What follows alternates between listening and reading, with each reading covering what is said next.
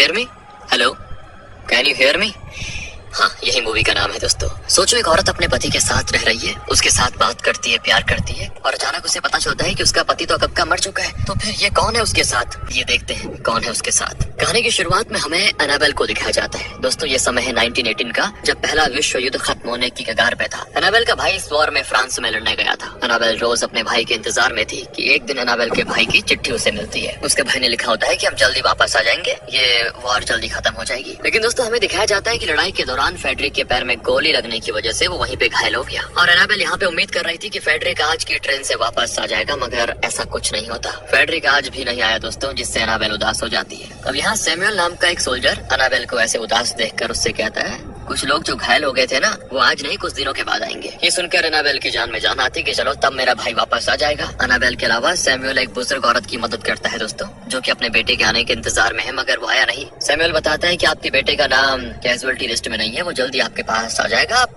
चिंता मत करिए। दोस्तों कैजुअल्टी लिस्ट में रोज अपडेट आता है और उसे स्टेशन पे लगाया जाता है। इस लिस्ट में उन सैनिकों का नाम होता है जो कि मर चुके हैं। एनाबेल सैमुअल को दूर से नोटिस करती है, फिर वो वापस अपने घर पे आ जाती है। एनाबेल के घर में उसके पिता माइकल है, जो बीमार है दोस्तों, और ज्यादातर बेड पे पड़े रहते हैं। उसके घर में 3 नौकर हैं जो उनके घर का सारा काम वगैरह संभालते हैं। इन तीनों के नाम ध्यान से सुनिए, बेन, रूथ और मैरी। एनाबेल अपने पिता से जाकर कहती है कि पिताजी भाई आज भी नहीं आया। तो इस पर माइकल कहता है कि ठीक है, कल तुम फिर स्टेशन पे जाके पता करो, इंतजार करो। एनाबेल माइकल से कहती है कि आपने बस अपनी जिद और अपने सम्मान के लिए भाई को जंग में भेज दिया। आप चाहते तो उसको जाने से रोक सकते थे। बाकी फेडरिक भी इसीलिए चला गया क्योंकि उसे आपकी नजरों में सम्मान चाहिए था, उसे आपका लायक बेटा बनना था। हाँ दोस्तों, ये माइकल है ना, असल में थोड़ा देशभक्त और आदर्शवादी किस्म का आदमी है, जो कि अपने देश की सेवा के लिए अपने बेटे को भी भेज दिया इस जंग में, बताओ। पर उसे विश्वास है कि उसका बेटा जरूर लौट कर आएगा। खैर बात करें एनाबेल की, तो वो डरी हुई है काफी अपने भाई के लिए। उसने तो एक तरह से उम्मीद ही छोड़ दी है कि भाई कभी वापस भी आएगा, इसीलिए वो चर्च में प्रार्थना करने जाती है, जहाँ पे सैमुअल भी आया होता है। सैमुअल एनाबेल को देखते ही पहचान जाता है और कहता है, तुम ट्रेन स्टेशन पे मिले थे, मुझे याद है। तो यहाँ सैमुअल दोबारा खुद को इंट्रोड्यूस करता है। एनाबेल भी उसको अपना नाम बताती है। अब सैमुअल के बोलने के तरीके से दोस्तों एनाबेल समझ जाती है कि ये अमेरिकन है। तो वो कहता है, हाँ मैं वैसे तो इंग्लैंड से ही हूँ, लेकिन रहता अमेरिका में हूँ। मैं जंग पर जाने से पहले लीव लेकर आ गया हूँ, मेरी माँ का घर यहाँ पे है। जंग के कुछ दिनों के बाद माँ मुझे लेकर अमेरिका चली गई थी। दोस्तों मैं यहाँ पे एक चीज आपको बता दूं कि वर्ल्ड वॉर में अमेरिका और इंग्लैंड एक ही साइड थे, तो इसीलिए सैमुअल भी इंग्लैंड की तरफ से यह युद्ध लड़ने जाएगा। अब वो एनाबेल से पूछता है कि आप स्टेशन पर अपने मंगेतर का इंतजार कर रही थी क्या? तो एनाबेल थोड़ा सा मुस्कुराते हुए कहती, नहीं नहीं, अपने भाई का, मेरा कोई मंगेतर नहीं है। खैर इसके बाद एनाबेल अपने घर आ जाती है। अब अगली सुबह सैमुअल एनाबेल के लिए फूल भेजता है, जो कि उसको मैरी ला कर देती है। एनाबेल पूछती है, ये फूल लेकर जो आया था वो चला गया क्या? मैरी कहती, हाँ शायद वो चला गया। तो एनाबेल उसको बाहर देखने जाती है, तो वहाँ सैमुअल तो जा चुका था, मगर उसे बैन मिलता है, जो कि एनाबेल को एक पोस्ट कार्ड देता है दोस्तों, जो कि फेडरिक ने भेजा है। फेडरिक उसका भाई, यार भूल तो नहीं गया ना। फेडरिक असल में ये खत जेल से लिख रहा था, उसे दुश्मनों ने बंदी बना लिया था और वो उसको बहुत ही ज्यादा मारा पीटा करते हैं। यहाँ फेडरिक को दिखाते हैं तो एक पैर से दोस्तों वो लंगड़ाते हुए चल रहा है। इसके बाद भी जेल में उससे काम कराया जाता है और 1 महीने में बस वो एक ही बार खत भेजता है, ये वहाँ के रूल है। बेचारी एनाबेल ये खत पढ़कर बहुत दुखी होती है, पर उसे इस बात का संतोष था कि फेडरिक अभी जिंदा तो है। मगर ये बात अगर उसके पिता माइकल को पता चलेगी कि फेडरिक इतना सब उनकी जिद की वजह से झेल रहा है, तो वो सहन नहीं कर पाएंगे। इसीलिए वो बहन से कहती कि प्लीज ये बात पिताजी को मत बताना। कुछ दिन बीत जाते हैं दोस्तों। एनाबेल को पता चलता है कि इंग्लैंड के सभी मर्द युद्ध पे गए हुए हैं, तो इस वजह से औरतें खेतों में काम करने जा रही है। वो भी ये काम करके देश के लिए कुछ करना चाहती थी, मगर माइकल उसको ये करने की इजाजत नहीं देता। इस बात से एनाबेल काफी दुखी हो जाती है। लेकिन रूथ एनाबेल से कहती है कि सुबह तक तुम्हारे पिताजी भूल जाएंगे कि उन्होंने क्या कहा था, तुम चाहो तो जा सकती हो। अब माइकल वैसे बूढ़ा हो चुका है, तो वो बातों को अक्सर भूल जाता है। खैर रूथ के इशारों को समझकर एनाबेल खेतों में काम करने चली जाती है, जहाँ उसकी मुलाकात फिर से सैमुअल से होती है, जो कि वहीं से गुजर रहा होता है। वो एनाबेल की वहाँ मदद करता है, दोनों में फिर से बातें होती हैं और यहाँ काम खत्म करने के बाद दोनों एक बार में जाते हैं, जहाँ दोनों एक दूसरे के लिए ड्रिंक्स ऑर्डर करते हैं। तो बारटेंडर एनाबेल की ड्रिंक तो देता है, मगर सैमुअल की नहीं। वहाँ सभी लोग कह रहे होते हैं कि यहाँ के सारे जवान लोग युद्ध पे गए हुए हैं और तुम इसका फायदा उठा रहे हो सैमुअल। दरअसल वो सभी सैमुअल को एनाबेल के साथ देखकर कह रहे हैं कि तुम यहाँ लड़की के साथ मजे मार रहे हो, जबकि जो सारे जवान है वो युद्ध में गए हुए हैं। इसी कारण से सैमुअल की एक आदमी से लड़ाई हो जाती है और सैमुअल उसको अच्छे से पीट देता है। ये सब होने के बाद एनाबेल सैमुअल से कहती है कि अब हमें मिलना नहीं चाहिए दोबारा से, वरना लोग हमारे बारे में गलत समझेंगे। लेकिन वो कहता है कि पर मैं तो तुमसे मिले बिना नहीं रह सकता। हाँ दोस्तों, वो यहाँ पे प्रपोज कर देता है उसको और उसे किस करने की कोशिश करता है, मगर अनाबेल वहाँ से बिना कुछ बोले चली जाती है। इसके बाद हमें अनाबेल के पिता को दिखाया जाता है जो कि अपने बिस्तर से उठकर किसी तरह चल रहे होते हैं। उसी बीच उन्हें वही पोस्ट कार्ड दिखता है जो कि फेडरिक ने जेल से भेजा था। उसे पढ़कर माइकल खुद को संभाल नहीं पाता कि उसका बेटा दुश्मन देश के जेल में है। बताओ, ये जानकर उसको सदमा लग जाता है और हार्ट अटैक से उसकी हो जाती है मौत। माइकल की मौत से फिर अनाबेल काफी दुखी होती है, जिसके बाद माइकल का फ्यूनरल किया जाता है। अब अनाबेल के पिता की मौत की खबर सैमुअल को जब लगती है तो वो उससे मिलने के लिए आ जाता है। वो कहता है कि बहुत अफसोस हुआ तुम्हारे पिता के जाने का, देखो तुम उन्हें खुशी से याद किया करो क्योंकि वो कभी नहीं चाहेंगे कि तुम उनके लिए रो। इस तरह वो अनाबेल को संभालता है और साथ उसके साथ डांस भी करता है। इस तरह दोस्तों ये दोनों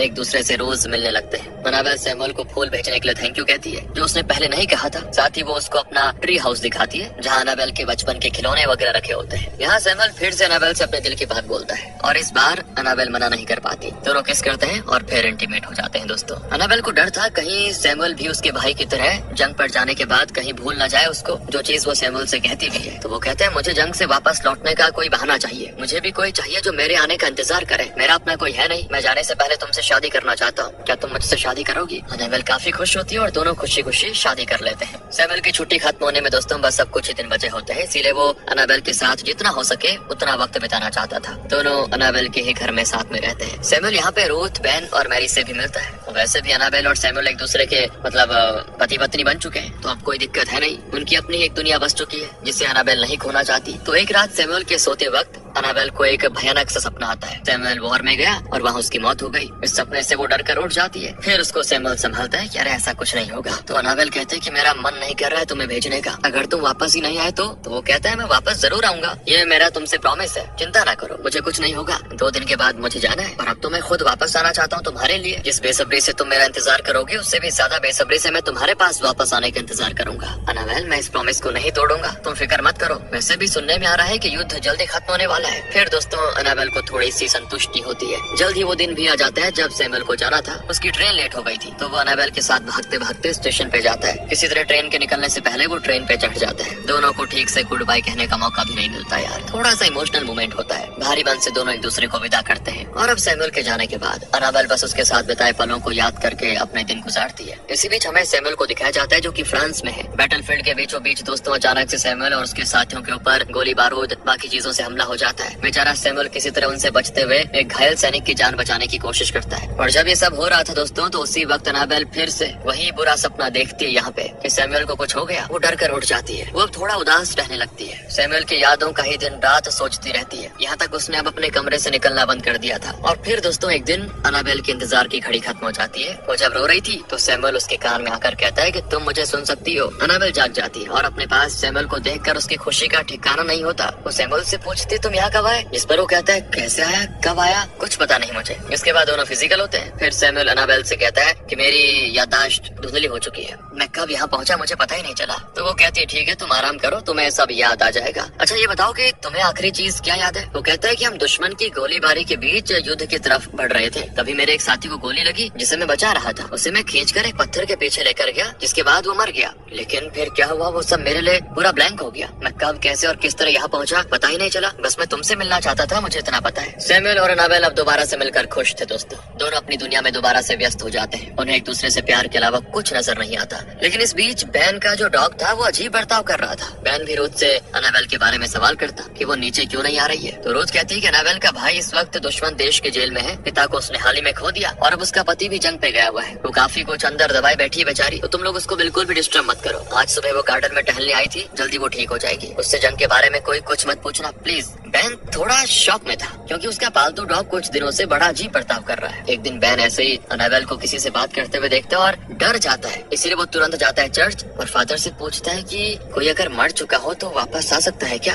फादर कहते हैं कि अगर किसी की कोई इच्छा अधूरी रह गई हो हाँ तो वो वापस आ सकता है। यहाँ तक कि उन्हें जो सबसे ज्यादा प्यार करते हैं वो उनको देखते भी हैं। दोस्तों यहाँ पे सैमुअल की ही बात हो रही है। अब वो जिंदा है या मर चुका है ये हमें आगे पता चलेगा, पर अगर वो मर चुका है तो अनाबेल के साथ फिर वो कैसे है? खैर रात में अनाबेल और सैमुअल साथ में खाना खाते हैं, जिसके बाद मैरी जब डिशेस साफ करने सुबह आती है ना तो देखते हैं कि अनाबेल के साथ किसी और ने भी खाना खाया था। वो जाकर इस बारे में रूथ और बैन से कहती है कि शायद सैमुअल लौट आया है, जिन्हें वैसे मैंने देखा तो नहीं मगर कल रात का डिनर अनाबेल ने किसी के साथ खाया जरूर था। मैरी को लग रहा था कि सैमुअल असल में दोस्तों एक भगोड़ा है जो युद्ध से भागकर यहाँ पे आ गया है और छिपकर घर में रह रहा है। तो रोज यहाँ मैरी से कहती कि देखो ऐसा है, तुम फालतू की बातें मत करो, बस अपना काम करो। मगर दोस्तों मैरी के पेट में ये बात पचती नहीं। वो गाँव में जाकर कुछ लोगों से बात बता देती है कि सैमुअल को अनाबेल ने छिपा के रखा हुआ है, जो कि एक भगोड़ा है।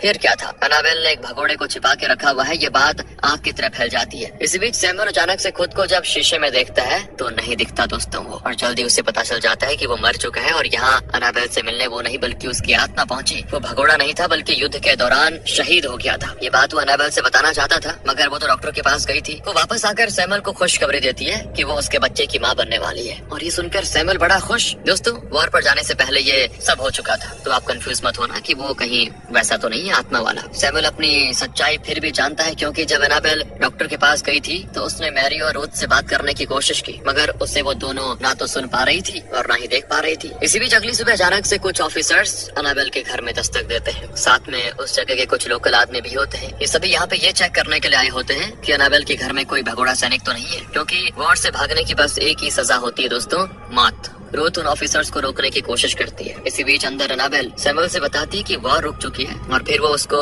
न्यूज़पेपर में खबर दिखाती है, जिस चीज को देखकर सैमुअल को अचानक से वो पल याद आता है जब उसकी मौत हुई थी। और अब हमें दिखाया जाता है दोस्तों, जब सैमुअल अपने घायल साथी को बचाने की नाकाम कोशिश करने के बाद वापस खड़ा हुआ तो उसके दिल में गोली लग गई। सैमुअल इस गोली के लगने के साथ ही समझ चुका था कि ये उसका आखिरी वक्त है। उसने मरते वक्त अपने भगवान से प्रार्थना करी कि वो एनाबेल से कि अपना प्रॉमिस पूरा करना चाहता है, वो उसके पास जाना चाहता है, बस कुछ आखिरी पल उसके साथ बिताना चाहता है। शायद उसके इसी वादे के कारण ये मौका मिला है सैमुअल को, और उसकी आत्मा पहुंच गई एनाबेल के पास। सैमुअल समझ चुका था कि अब उसके भी जाने का समय आ चुका है। आर्मी ऑफिसर एनाबेल के कमरे की तरफ बढ़ ही रहा था कि तभी उसको आता देखकर एनाबेल बाहर निकलती है, और वो ऑफिसर को समझाने की कोशिश करती है कि यहाँ कोई भगोड़ा सैनिक नहीं है। पर तभी एनाबेल को जिसे पढ़ने के बाद बेचारी एकदम से रो पड़ती है, क्योंकि इस टेलीग्राम में सैमुअल की मौत की खबर थी। साथ ही वो जल्दी से उसे कमरे में वापस देखने जाती है तो वो गायब हो चुका था। बेचारी समझ जाती है कि वो अभी तक सैमुअल की आत्मा के साथ बात कर रही थी, जिसने मरने के बाद भी अपना वादा पूरा किया। वो वापस आया। एनाबेल जंगल में जाकर बेहोश हो जाती है। यहाँ फिर एनाबेल को बैन होश में लेके आता है। वो एनाबेल से कहता है कि अभी तक वो तुम्हारे साथ एक फरिश्ते की तरह था जो चला गया। एनाबेल बैन से पूछती है आपको पता था क्या? बैन कहता है कि मैंने आपको अकेले में कई बार बात करते हुए देखा था, मैं तभी समझ गया था कि कुछ गड़बड़ है। चिंता मत कीजिए, सब ठीक हो जाएगा। ऑफिसर्स जो सैमुअल को ढूंढने आए थे वो जा चुके हैं, और जितने भी भगोड़ा कह रहे थे सैमुअल को वो भी जा चुके हैं। और फिर दोस्तों वो मैरी को काफी सुनाती है कि तुमने लोगों में क्यों फैलाई ये फालतू की बातें, पर मैरी फिर उससे अपने किए के लिए माफी मांगती है। और तब बैन एनाबेल को घर की तरफ लेकर आ रहा होता है, तो उसी वक्त एक सोल्जर को बैन और एनाबेल लंगड़ाते हुए उसके घर के करीब आते हुए देखते हैं। इस सोल्जर को देखकर वो खुश हो जाती है, क्योंकि ये उसका भाई फेडरिक है, जो वॉर खत्म होने के बाद दुश्मन देश से आजाद हो चुका है। एनाबेल फेडरिक को गले लगा लेती है। सभी फेडरिक की घर वापसी से खुश होते हैं, मगर एनाबेल तो आज भी सैमुअल को याद करती रहती है दोस्तों। वो बस बीमार ही रहती है बेचारी, नहीं भूल पा रही वो सैमुअल को। उसका वो आत्मा वाला किस्सा आज भी उसके मन में है, और जब यही आत्मा वाला किस्सा बैन फेडरिक को बताता है ना, तो वो बैन की बात का यकीन नहीं कर पाता और कहता है नहीं नहीं, मैं ये सब नहीं मानता, मैंने एक डॉक्टर से बात की है, एनाबेल को उसको दिखाऊंगा मैं। तो फेडरिक जब रात में सो रहा होता है तो सैमुअल उसके सपने में आता है, जिसकी अभी तक फेडरिक ने तस्वीर तक नहीं देखी थी। तो सैमुअल फेडरिक के सपने में आकर कहता है कि अब एनाबेल को संभालना होगा, उससे कहना कि मैं हमेशा उसके साथ रहूंगा, मेरे लिए मुक्ति से ज्यादा उसके साथ होना जरूरी है। और फेडरिक अपने सपने से शौक था। वो एनाबेल के पास आकर उसे बताता है कि मैंने सैमुअल को अपने सपने में देखा, उसने कहा कि वो तुम्हारे आसपास ही है, बाकी वो जैसी जिंदगी जीना चाहता था हम वो जिंदगी तुम्हारे बच्चे को देंगे। ये जो तुम अभी दुख झेल रही हो ना, ये तुम्हारा प्यार है सैमुअल के लिए, ऐसा प्यार कम ही देखने को मिलता है। तुम्हारी चाहत और उसके वादे ने सैमुअल को तुम्हारे पास मरने के बाद भी भेजा। जो प्यार मौत को भी हरा दे उससे ऊपर कुछ नहीं होता, मगर अब तुम्हें अपने बच्चे के लिए वापस से जिंदगी शुरू करनी पड़ेगी। एनाबेल ये सारी बातें सुनकर अपने भाई के गले लग जाती है। 7 साल के बाद दोस्तों हम एनाबेल को उसकी बेटी के साथ फ्रांस में देखते हैं, जहाँ सच में सैमुअल मौजूद है। उसकी आत्मा भी है, खुश है अपनी बेटी के लिए और एनाबेल के लिए। बेचारे ने अपने वादे को पूरा किया, मरकर भी किया दोस्तों, और अब इसी तरह एनाबेल अपने आगे की जिंदगी गुजारेगी। इसी के साथ ये कहानी यहाँ पे खत्म होती है। मिलते हैं आपसे अगली वीडियो में। Thanks for watching.